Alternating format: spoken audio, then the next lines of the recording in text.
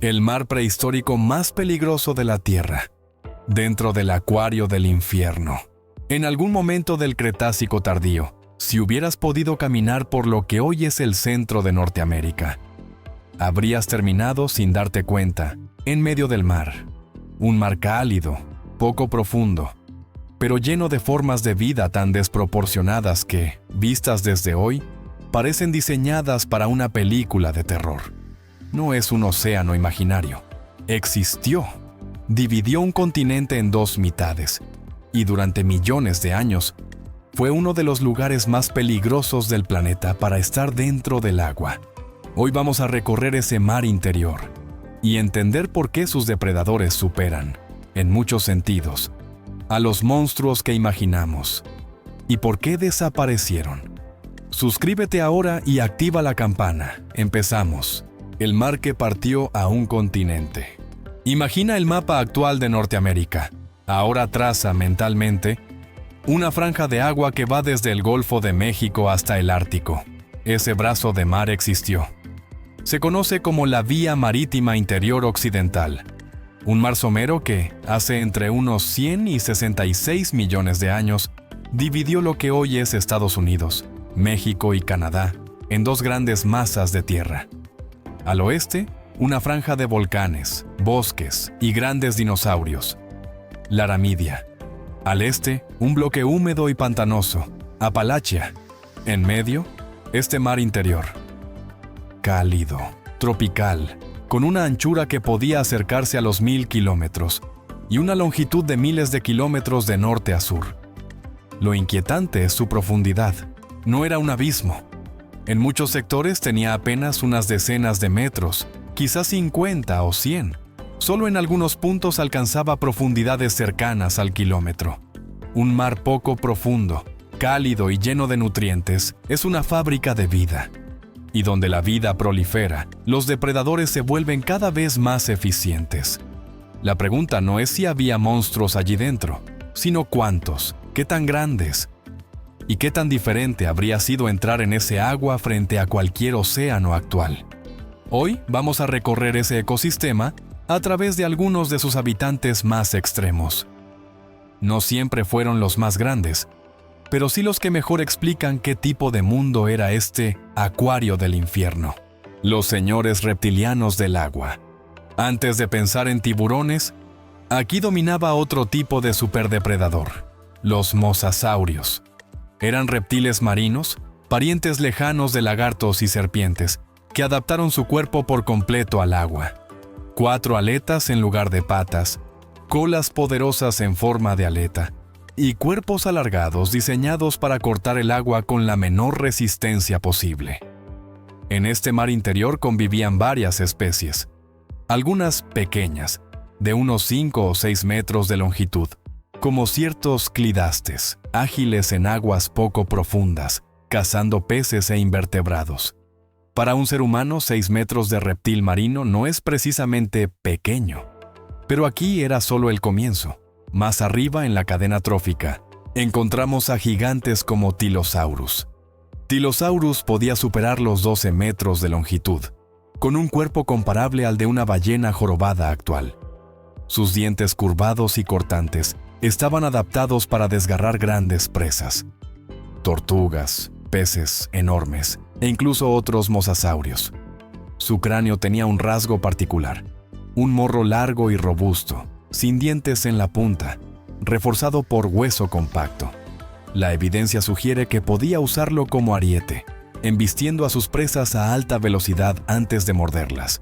Y aún así, Tylosaurus no era el límite. En estos mismos mares vivió uno de los mayores mosasaurios conocidos, Mosasaurus.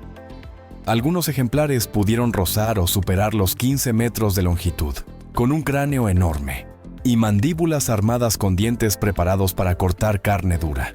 Modelos biomecánicos estiman que su mordida pudo ser varias veces más poderosa que la de un cocodrilo marino actual, suficiente para arrancar grandes porciones del cuerpo de una presa en cada ataque. Lo importante no es solo el tamaño, sino la combinación. Animales rápidos, con visión adaptada al agua, capaces de detectar movimiento en un mar relativamente poco profundo, donde casi nada podía esconderse. Si imaginamos el perfil de una costa de este mar interior, no vemos una playa tranquila. Bajo la superficie, varios tipos de mosasaurios ocupaban nichos que hoy llenan tiburones, orcas y cocodrilos marinos. El cocodrilo colosal. En las zonas costeras, estuarios y deltas de la vía marítima interior, vivía un animal que, visto desde la orilla, parecía más familiar. Un cocodrilo. Su nombre es Deinosuchus, cocodrilo terrible. En el registro fósil se han descrito individuos que pudieron superar los 10 metros de longitud y alcanzar varias toneladas de peso. No era tan largo como los mayores mosasaurios, pero su cuerpo era más robusto, con un cráneo ancho y musculatura mandibular extrema.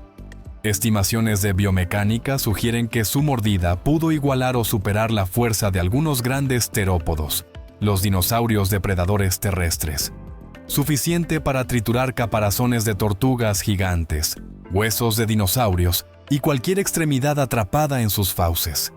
Su espalda estaba cubierta por osteodermos, placas óseas engrosadas que actuaban como armadura natural. En algunos casos, tan densas que fueron confundidas con el blindaje de dinosaurios acorazados. La escena es clara. En los márgenes del mar interior, donde los ríos desembocaban, Deinosuchus esperaba. Cazaba grandes peces, tortugas marinas y probablemente dinosaurios que se acercaban demasiado al agua. Restos fósiles con marcas de mordida apuntan en esa dirección. Desde la superficie, la costa podía parecer el lugar más seguro, lejos de los mosasaurios. En realidad, era simplemente otro nivel del mismo ecosistema de depredadores. Los krakens reales. Si descendemos unos metros más, dejamos atrás a los grandes reptiles y nos encontramos con otro tipo de cazador, los cefalópodos. Algunos eran similares, en concepto, a los calamares gigantes actuales. Formas como Tusoteutis pudieron alcanzar longitudes cercanas a los 6 o 7 metros, con tentáculos armados de ventosas capaces de sujetar peces grandes o crías de reptiles marinos. No eran los dominadores absolutos del ecosistema, pero sí depredadores activos y rápidos, que se movían por propulsión a chorro, expulsando agua para impulsarse hacia atrás con gran maniobrabilidad. Más enigmáticos aún son los amonites gigantes, como Parapusosia. Los amonites eran cefalópodos con concha externa en espiral, parientes lejanos de los nautilus actuales. En Parapusosia, esa concha pudo superar los 2 metros de diámetro, implicando animales de más de 1 tonelada de peso, al sumar el cuerpo blando. La evidencia sugiere que flotaban o nadaban en las capas superiores del mar, alimentándose de pequeños organismos, peces y otros invertebrados, usando sus tentáculos para atrapar presas y su concha como protección y flotabilidad. Lo fascinante es que, en un mismo volumen de agua, podían coincidir un mosasaurio gigante, un cocodrilo marino que se aventuraba mar adentro y un cefalópodo de concha espiral de más de 2 metros. Si hoy hablamos de krakens imaginarios, es porque olvidamos que la historia real ya produjo combinaciones de tamaño y forma igual de inquietantes, pero moldeadas por la evolución y la física. Si hasta aquí el viaje te resulta interesante, deja tu comentario con una palabra: Seaway. Así sabré que llegaste a este punto. Y si aún no lo has hecho, suscríbete para seguir recorriendo la historia profunda de la Tierra. Tiburones y peces monstruosos. En este mar no faltaban tiburones, pero algunos no se comportaban como el superdepredador clásico que imaginamos. Un ejemplo es Ticodus, un tiburón de gran tamaño, posiblemente cercano a los 10 metros de longitud, cuya especialidad no era perseguir grandes vertebrados, sino romper cosas duras. Sus dientes, anchos y en forma de placas, estaban dispuestos como un pavimento triturante, un diseño perfecto para moler conchas de moluscos, crustáceos y otros organismos con exoesqueleto. No era un monstruo que emboscara a todo lo que se moviera. Era un especialista. Prueba de que un animal gigantesco puede basar su éxito en presas pequeñas pero abundantes. En el otro extremo del espectro estaba Cretoxirina, el tiburón Ginsu. Este tiburón, de unos 6 o 7 metros de longitud, se parece en estilo de vida al gran tiburón blanco actual, aunque no está directamente emparentado con él. Es un caso de evolución convergente. Cretoxirina tenía dientes largos y afilados, preparados para soportar impactos violentos al morder presas grandes. Su cuerpo, según el análisis de escamas dérmicas y aleta caudal, estaba optimizado para la velocidad, con ráfagas muy rápidas. En los fósiles, se han encontrado marcas de sus dientes en huesos de peces gigantes, reptiles marinos e incluso restos de dinosaurios arrastrados al mar. Todo indica que era un depredador activo y oportunista, capaz de atacar a otros grandes depredadores cuando se presentaba la ocasión. Entre los peces óseos destaca Shiphactinus. Shiphactinus podía alcanzar unos 4 o 5 metros de longitud. Su cabeza era grande, con mandíbulas capaces de abrirse lo suficiente como para tragar presas enormes. Uno de los fósiles más famosos muestra a un Shiphactinus que murió con otro pez de casi 2 metros dentro del estómago, tragado entero. En este mar, incluso algunos peces podían engullir de un solo bocado algo del tamaño de un ser humano adulto. No es extraño que, al reconstruir este ecosistema, hablemos de monstruos marinos. Pero no eran anomalías. Eran el resultado lógico de un mar muy productivo, con cadenas alimentarias largas y una competencia feroz por la energía disponible. Plesiosaurios. Y el laberinto de la evolución. En medio de tanta mandíbula extrema, había otro grupo de reptiles marinos que suele aparecer en la cultura popular como monstruos del lago: los plesiosaurios. Algunos, como el Asmosaurus y formas similares, tenían cuellos desproporcionadamente largos y cuerpos compactos con 4 grandes aletas. Su cuello podía tener decenas de vértebras, más que cualquier otro animal conocido. A primera vista parecen diseñados para atacar grandes presas. Sin embargo, todo indica lo contrario. Sus dientes eran finos y apuntaban hacia adentro, como una jaula para peces. La evidencia sugiere que se especializaban en capturar animales pequeños, bancos de peces, cefalópodos y otros organismos de tamaño moderado. Probablemente usaban su cuello como un periscopio invertido, acercando la cabeza a grupos de presas mientras mantenían el cuerpo a cierta distancia, reduciendo las señales que podían delatar su presencia. Son un recordatorio de que la apariencia monstruosa no siempre equivale a ser un superdepredador. En este mar, la verdadera dominación estaba en manos, o en mandíbulas, de mosasaurios, tiburones gigantes y cocodrilos colosales.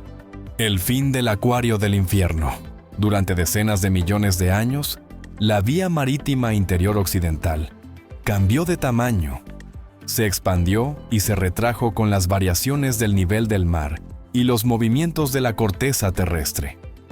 Poco a poco, el mar empezó a encogerse, los sedimentos se acumulaban, las zonas someras se colmataban, los continentes se elevaban. La cicatriz de ese mar todavía se lee hoy en los estratos del centro de Norteamérica. El cambio decisivo ocurrió hace unos 66 millones de años. Un gran asteroide impactó en la región que hoy es la península de Yucatán, muy cerca del extremo sur de esta vía marítima.